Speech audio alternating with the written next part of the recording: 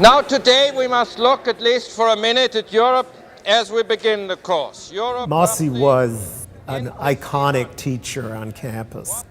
I recall sitting in one of these seats and experiencing for the first time what it was like to be in a classroom with a great teacher who had the ability to both engage with his students but also to transform their ideas through humor, through his vast knowledge of history, and also his personal immersion in history. And eventually, around the national flag comes to grow up a whole series of ceremonials. Many invented by Gabriele D'Annunzio in Fiume, such as kissing the flag, the blood flag, to dip the flag into the blood of the martyrs, what the Nazis and everybody called the blood flag.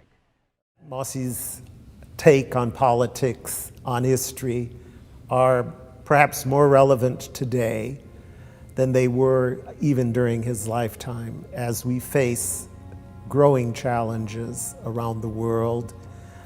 He believed that history was the closest that we could get to truth, that it had an ethical basis, that it was essential, a necessity. It wasn't something that one engaged in if you had time from your other pursuits, that it was as close as we can get to truth and therefore essential to live a good life. Because modern politics, after all, are mass politics. And you come again is how do you make the people concrete? If you make the people concrete, come back to that next week too, you make the people concrete through symbols. But there's another way you make the people concrete. They must be symbols which the people can share.